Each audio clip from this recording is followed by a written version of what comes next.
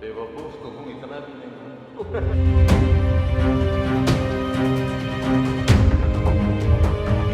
और इसीलिए हम ये पोस्टर लगा के उनके प्रतिद्वंदियों को बताना चाहते हैं कि आजम खान कोई खत्म होने वाली नाम नहीं है और उनकी रिहाई पे आज पूरा समाजवादी पार्टी खुशी है।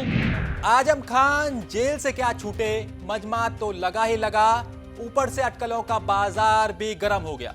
लेकिन ये बात यही नहीं ठहरी, बल्कि प्रतीकात्मक राजनीति का प्रतीक बन चुके पोस्टर तक भी पहुंच गई।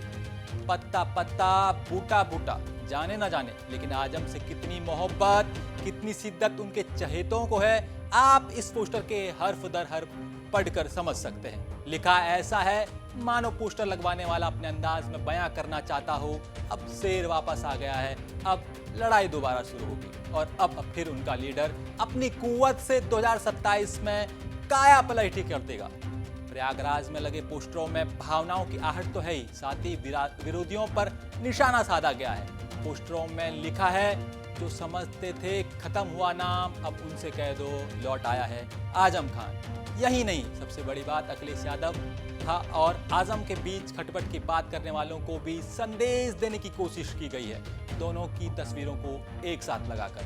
बता दें, प्रयागराज में जो पोस्टर लगाए गए हैं उनको समाजवादी छात्र सभा के महासचिव सद्दाम अंसारी की तरफ से लगाया गया है। खुद सुनिए पोस्टर लगवाने वाले सद्दाम का क्या कहना है। देखिए, पूरे 23 महीने बाद इंसाफ और अक़लियत की आवाज़, गरीब मजलूमों की आवाज़ जनाब आजम खान साहब की रिहाई हुई है। उनकी रिहाई खासकर उन लोगों के लिए जो ये सोच के अपनी पीठ थपथपा रहे थे कि अब आजम खान का किस्सा खत्म हुआ है, इसीलिए पोस्टर लगाया गया, उन्हें बताया गया है कि आजम खान साहब की वापसी उत्तर प्रदेश में मुस्लिम राजनीति की पुनर्जीवन है और ये वापसी एक बार फिर से 2027 में चुनाव में समाजवादी पार्टी के लिए जो ताकत खड़ा करेगी और जो मेजॉरिटी खड़ा करेगी, वो एक निर्णायक भूमिका रहेगी आजम खान साहब की।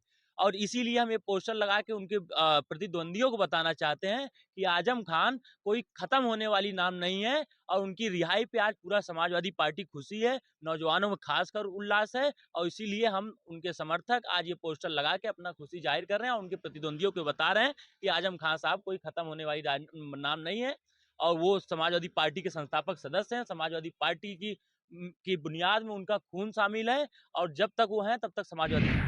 दरअसल सपा नेता आजम खान की 23 महीने बाद सीतापुर जेल से रिहाई होने पर यूपी की सियासत अब अपने असली रंग में नजर आ रही है। आजम की रिहाई के बाद हर दल में अंदर उनके अगले कदम को लेकर खुशफुसाहट तो है ही, बाहर शिकूबा छिड़ा हुआ है। किसी का कहना है वो बसपा में जाने वाले हैं, तो किसी का मानना है वो सपा नहीं छोड़ने वाले। हालांकि अब आजम खान ने इस बात की तस्दीक कर दी है कि वो सपा में ही रहेंगे। से लेकर सुप्रीम कोर्ट तक मुझे इंसाफ मिलने की उम्मीद है।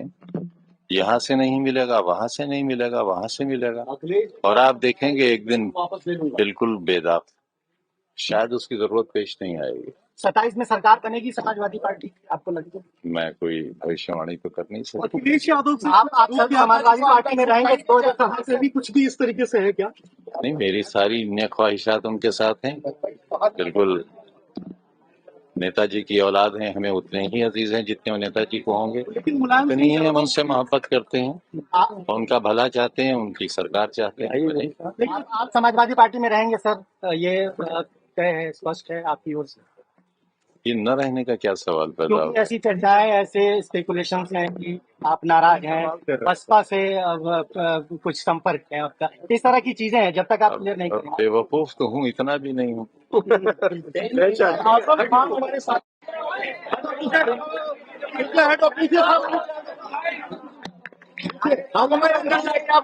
आई फॉलो आपको बता दें कि मंगलवार को आजम खान को थोड़ा सी आपराधिक मामलों में जमानत मिलने पर सीतापुर जेल से रिहा कर दिया गया है। रामपुर सदर से 10 बार के विधायक खान को रामपुर की अलग अलग अदालतों के साथ साथ इलाहाबाद हाईकोर्ट और सुप्रीम कोर्ट से भी अलग अलग मामलों में जमानत मिली है। जिस आखिरी मामले में उन्हें जमानत मिली है वो 2020 में रामपुर के सिविल लाइंस थाने में धोखाधड़ी और उससे जुड़े अपराधों के आरोप में दर्ज किया गया है। यूपी पुलिस के रिकॉर्ड पर नजर डालें तो आजम खान को 6 मामलों में दोषी ठहराया गया है, 5 रामपुर में, 1 मुरादाबाद में। इन सभी मामलों में अब उन्हें जमानत मिल गई है। पंजाब केसरी टीवी के लिए प्रयागराज से सैयद रजा की रिपोर्ट। हमसे जुड़े रहने के लिए हमारे YouTube चैनल को सब्सक्राइब करें और नई वीडियो की नोटिफिकेशन के लिए बेल आइकॉन को दबाएं। अगर आप ये वीडियो Facebook पर देख रहे हैं तो लाइक जरूर करें और ज्यादा से ज्यादा शेयर करें। धन्यवाद।